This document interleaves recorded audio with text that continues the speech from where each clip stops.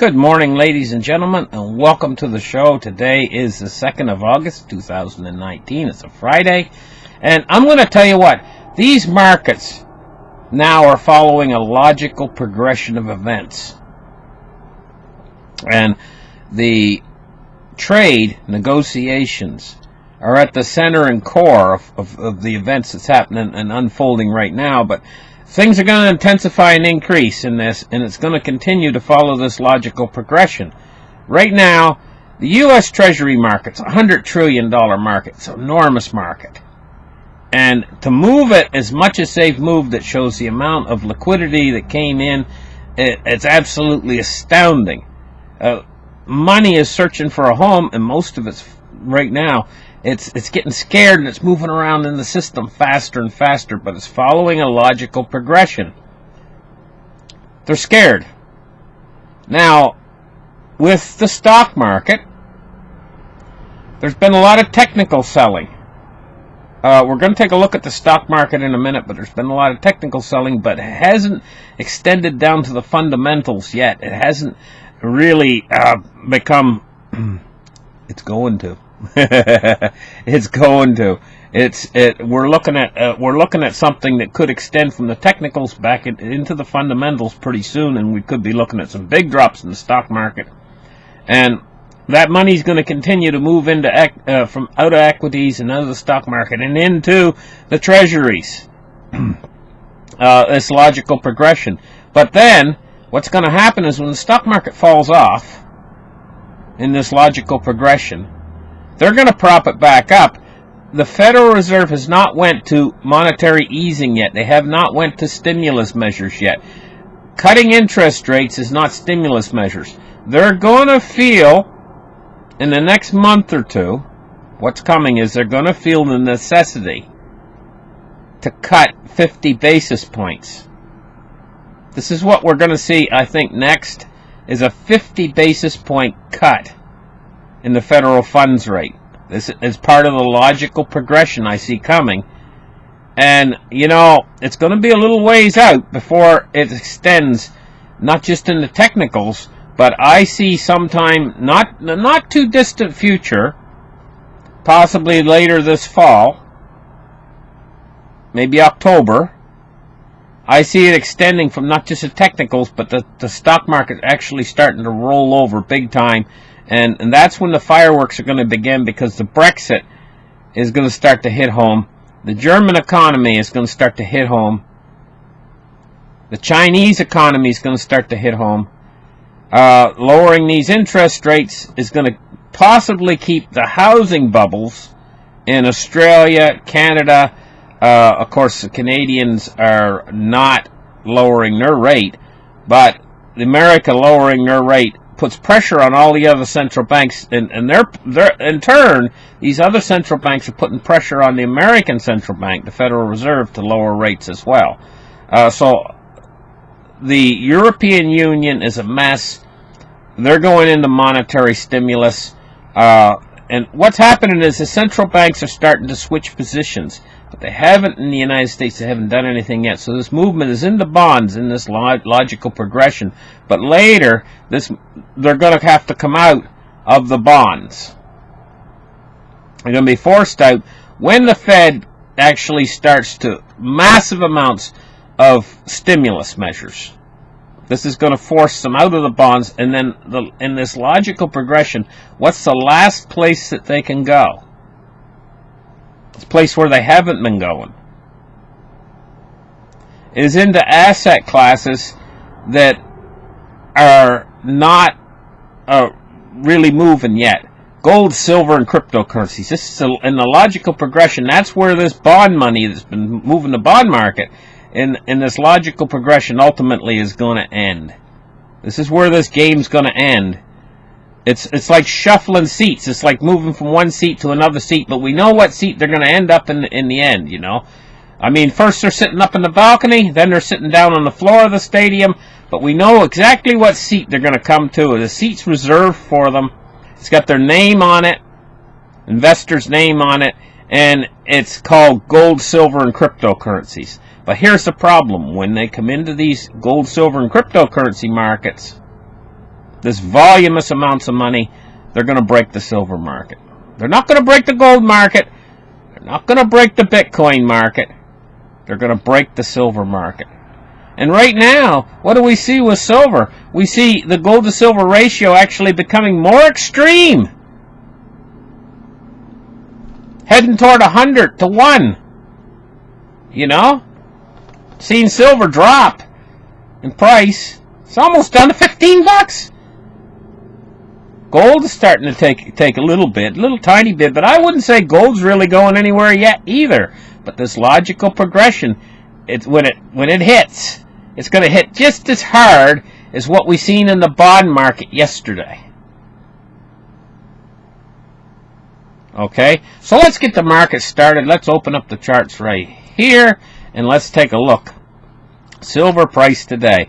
This is just kind of sick. After what's going on in the world and all the fear out there and everything else, to have the silver price staying down at $16.12 per ounce, when mining production costs take up most of that, what silver's worth, is ridiculous. But you know, the silver market, they're going to want real when they finally turn to these markets, they're going to want real physical silver. And the real physical silver in silver inventories that are available for sale is extremely tight. They're going to break it. They're going to break the silver market. What does that mean? It means that the price is going to shoot up suddenly once the Fed actually goes into this quantitative new rounds of quantitative easing and new monetary stimulus measures like helicopter money. As soon as that happens, it's a little ways out yet. We're not there yet. But when that happens, it's not going to be instantaneous. The investors are not going to move into the precious metals, but they're going to move in. And when they start moving in, we're going to see really hot for silver, the silver market. And there's just not the available inventories available for sale to cover it. What's coming? A silver shortage. I might as well get right out and tell you guys, I'm anticipating a silver shortage at some point in the future, and not that far away. So that's what silver's doing. 1609 bid, 1620 ask. Oh, that's ridiculous. It's actually sick.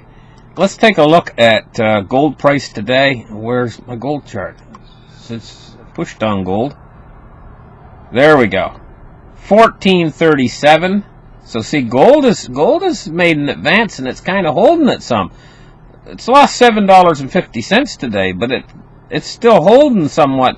Silver, you know, I mean, it's worse off than when it started. It was like $16.40, and now it's went down. It's during this, you know, it's now 1609. Sick.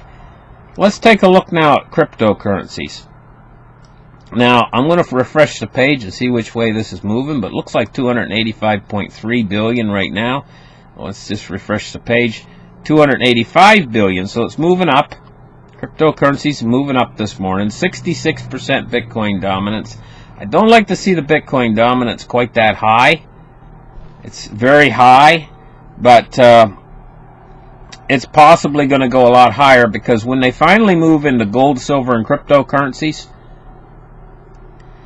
they are going to mostly move into Bitcoin.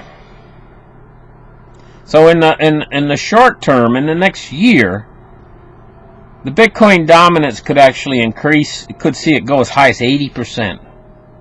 You know, before it's going to fall back down. It's going to fall back down, and I could see it going to 20% over a few years later, as these altcoins start to, and that's when the real growth in this industry is going to occur, is when the Bitcoin dominance starts to fall again. You know, that's when real growth is going to occur in the industry of cryptocurrencies. Let's take a look now at the Dow Jones Industrial Average.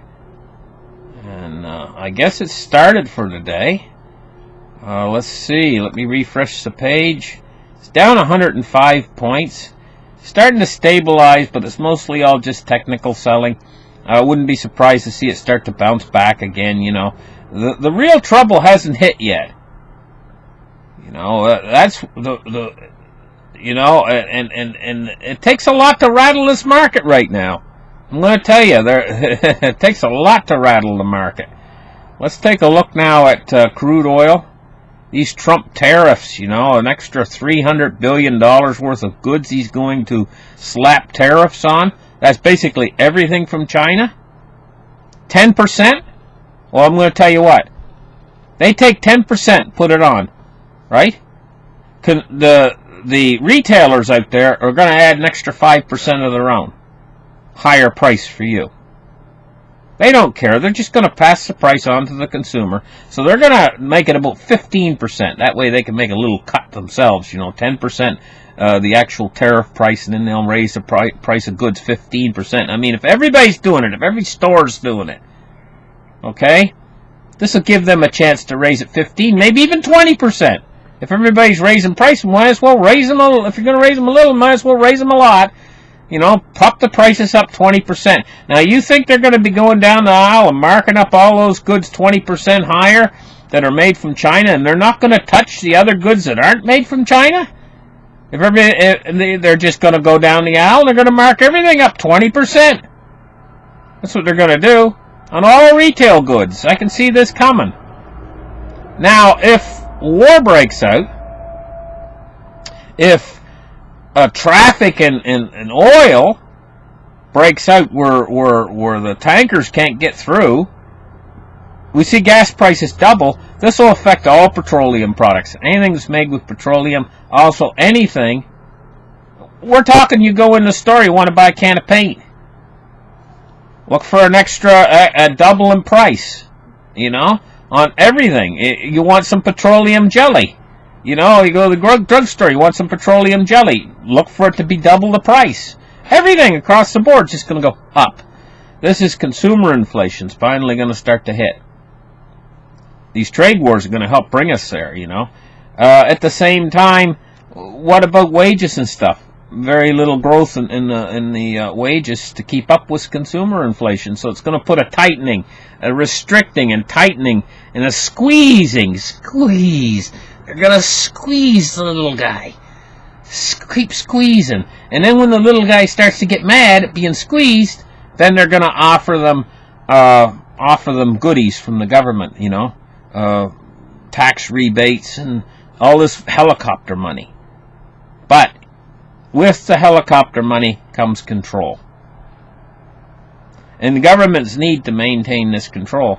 Because what's going to happen is in this situation is not just a crisis this is not just a crisis in the financial system. This is going to be also a crisis in government, because government is what's tied into all of these debt instruments that they're issuing, and these overruns and expenditures, and keep raising the debt ceiling higher and higher and higher. You know, with no way of ever paying this back. This is going to be a crisis in government. And we see today the bond yields are falling even more. We see this mad rush of money to try to find a safe haven. Well, once the government starts to go into all these extra expenditures and stuff, and they start new rounds of quantitative easing, and they start printing to infinity, they're going to be undermining the purchasing power of these treasury bonds in the future. It'll only go to a certain point where people will say, hey, you know what? Why am I keeping my money in an asset class that's going to be depreciated in value by inflation? And then they move to a different asset class that's not infected by inflation. Bitcoin, gold, and silver. That's where we're headed in the end of this game. You know, and the silver market's going to break. Bitcoin, one Bitcoin could absorb all the world's money. So you're not going to break that market. You know, and in fact, you could have a shortage in Bitcoins, really, because they are limited in supply. But, I mean, you're not going to break that market. Always going to be able to buy Bitcoins, just that the price is just going to go higher and higher. But you're always going to be able to buy Bitcoin. Problem is for your money, instead of buying one whole Bitcoin, you're only going to get 1/100th of a Bitcoin. But you'll always be able to buy Bitcoin. And I can almost say with certainty you'll always be able to buy gold. There's a lot of gold out there. But there's not a lot of real physical silver available for sale. And I have to emphasize this to you guys, that they're going to break that market. And when they break that market, the price is going to go straight up until it's repaired, almost instantaneously. We're looking at triple-digit silver coming in the future. Not that far away either, you know, because they're going to break the market, because there's a limited amount of supply available for sale. Okay, there's huge inventories of silver out there. J.P. Morgan alone, he's got over 100 million ounces. But he ain't going to sell it at these prices. No way. He's accumulating. Those bankers, too, they don't sell unless they make what's called a 10-bagger, 10 times. They're hoping to make 10 times on the silver they've got. They've accumulated like at $20. So they want to make 10 times. They're looking for $200 silver. That's when they're going to start selling into the market. Listen, let's take a look now at the U.S. dollar index. 98.25. She's running strong, but she is settling back down a little bit today, you know. This could be bullish for gold. Okay, guys, listen, thank you guys for listening. Really appreciate you guys watching my show and following this economic crash in slow motion, because that's what it is. It's in slow motion now, but in the final stages of it, it's going to go so fast, I'm not going to be able to keep up. I know it right now, I'm not going to be able to keep up. Once this really starts to break apart, I ain't going to be able to keep up. I'll do 2 shows a day when it really gets going, and that ain't going to be enough because things will be happening so fast within the financial system. It's already starting to speed up. Things are starting to fly around. The wheels are coming off. That's what it is. Catch you guys in the next show. Bye-bye.